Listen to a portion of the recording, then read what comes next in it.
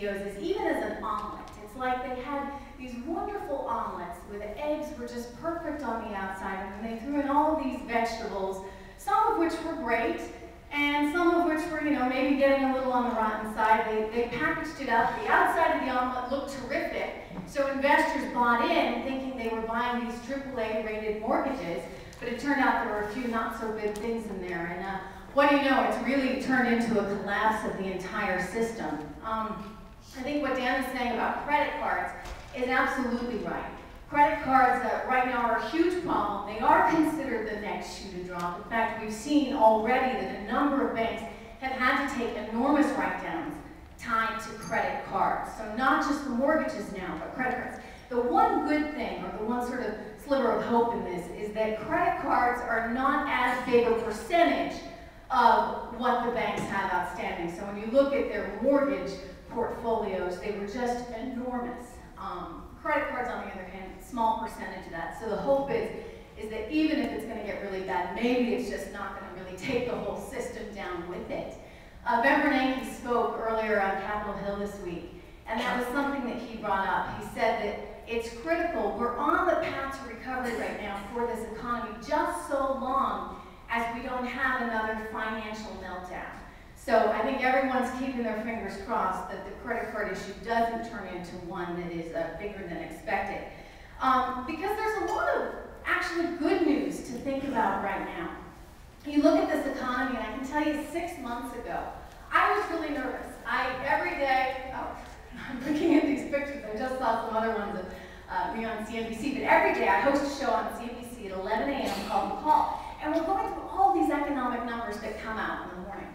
And for a while there, I mean, if I go back about 6 months, it felt like every single bit of news we had was absolutely disastrous news. And I started thinking to myself, gosh, you know, I don't know when this is going to get better. I had covered previous recessions, but I had never covered a recession where by the time you were really in the thick of it, you couldn't start to see a few glimmers of hope on the horizon.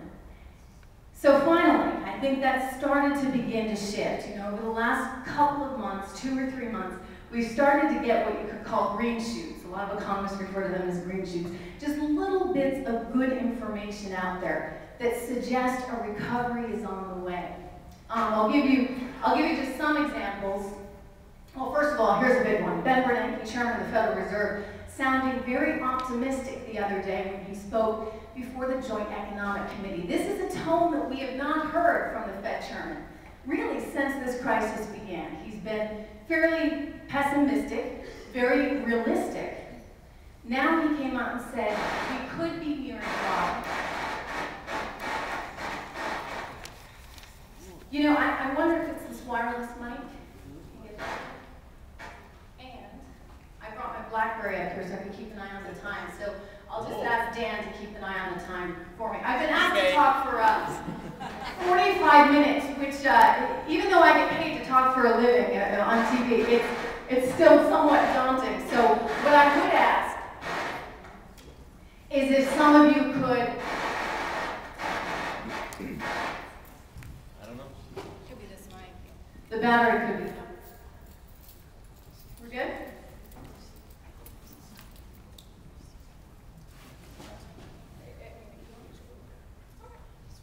This is why it's called a non-profit church. As long as you can hear me, as long as I don't have to start employing the opera skills, we'll be good. All right. So where was I? So I was talking about doing this show every day and basically not having any bit of good news to talk about. And at times it was really depressing. And I come home and I talk to my husband about it, who's in the industry. He's actually an investment banker, one of those guys. Doesn't sell the mortgage products though, but he's in the industry. And so I come home and say, I don't know when it's going to get better. I can never remember covering a recession quite like this one because there's just no bit of good news out there.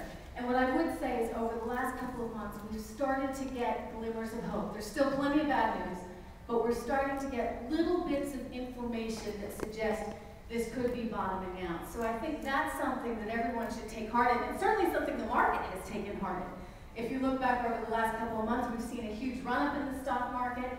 unclear whether or not that's going to be able to continue, but you've got a stock market that's trying to anticipate exactly what the economy is going to do 6 to 9 months out. Investors, they don't care so much about the here and now. They care about what the economy is going to look like 9 months from now. So as a result, they've really been bidding up stock prices. We've seen a big increase, and I think that that's a very bullish sign for the economy.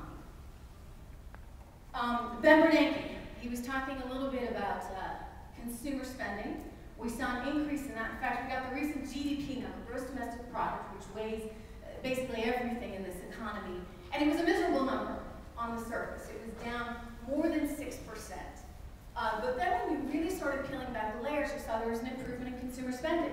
You saw that there was an improvement in business inventories, a reduction in business inventories, which means that companies basically are going to need more in the near future. So there should be some demand for product. And he also mentioned that there's been some stabilization within certain parts of the housing market. And this is because you're seeing a lot of first-time home buyers get into the market as a result of, one, the $8,000 tax credit courtesy of the federal government, and two, some home affordability. I mean, in certain parts of the country, and I don't know if New Hampshire is entirely included in this, certainly Manhattan is still very, very expensive for housing, but lots of parts of the country right now have very high home affordability. In fact, the home affordability index is at an all-time high. So the hope, the belief is that this should start to create some stabilization. That said, it's not going to be a big turnaround. A lot of people describe the economy as going into a recession and it hits this very deep level and then it pops out in a very big way. I don't think anyone on Wall Street right now anticipates that it's going to pop out in a very big way. The expectation is that we may start to grow a little bit, but it's going to be very, very slow growth. I think people have been scarred. Banks have been scarred. Investors have been scarred, and they've all essentially gotten burned in this whole process. So I think, in a way, it's a good thing. I mean, you don't want people going out there taking on mortgages that they cannot afford. You don't want banks taking on risk that they shouldn't be taking on. So, in a way, it's a good kind of adjustment. Hopefully, we'll see more regulations in terms of mortgage products that are offered to consumers. In terms of the credit card industry, there's talk of better regulation there. So I think a lot of good things will come of this. The key, though, is of course, to hopefully getting out of this in the near future. And they're talking about maybe third or fourth quarter, seeing that. I think